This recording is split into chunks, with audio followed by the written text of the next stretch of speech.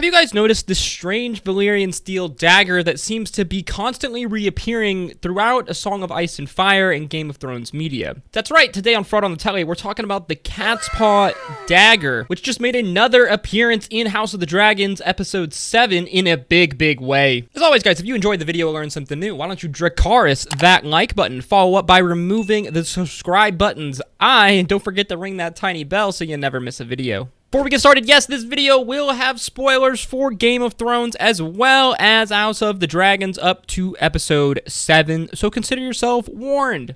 The Catspaw Dagger, the dagger that the Catspaw, the would-be assassin in Game of Thrones, attempted to use to kill Bran Stark. Basically, this dagger would be the catalyst for the penultimate war that would happen throughout a Game of Thrones among the many kings. Well, within the show specifically, it would come to have an either greater meaning that it seems to be linked strongly within a House of the Dragon. Dagger first makes an appearance in House of the Dragon in the episode King of the Narrow Sea, when Viserys takes his young daughter Rhaenyra down into the dragon crypts. It is here where he tells her that he will name her his heir, make her the female heir to the Iron Throne. He then presents the dagger before him, saying that this was once the dagger of Aegon the Conqueror, who had a prophecy, a spell written by pyromancers within the blade. From my blood come the prince that was promised, and his will be the Song of Ice and Fire.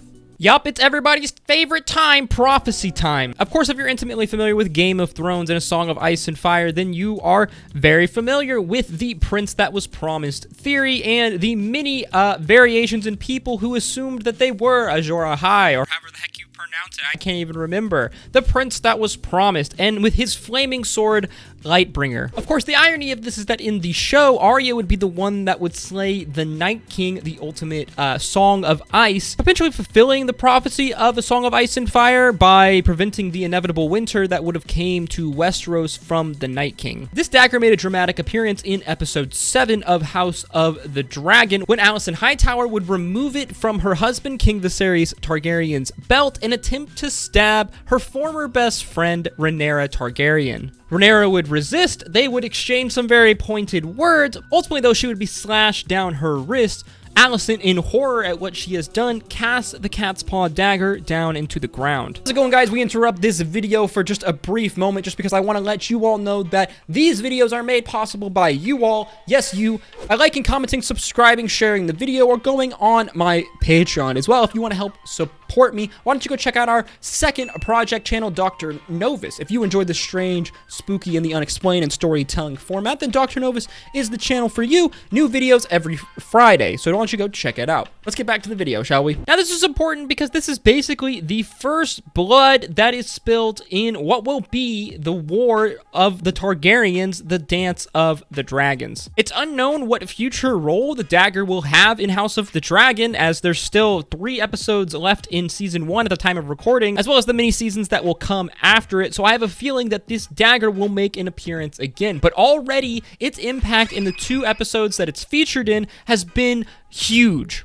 Game of Thrones and George R.R. Martin have kind of a double-edged sword history with prophecy. A lot of times it's just straight up bait for audience members and as well as the characters in story themselves, as so many characters have found themselves chasing this prophecy, specifically the prince that was promised. It's more likely that they live in a world where prophecy doesn't matter. Well, I guess except for when it comes to Greenseers, but it's the interactions and the actions of humans that end up fulfilling the prophecy.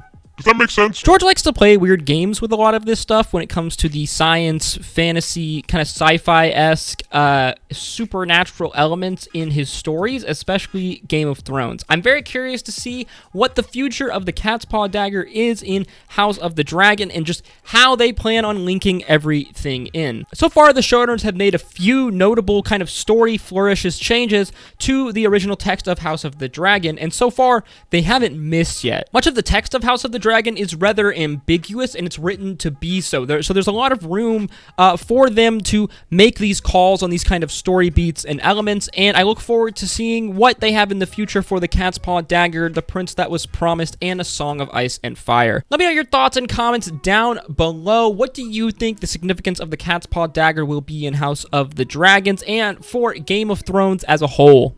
As always, guys, thank you so much for watching my video. I hope to see you in the next one. Stay safe out there. Peace, love. Adu.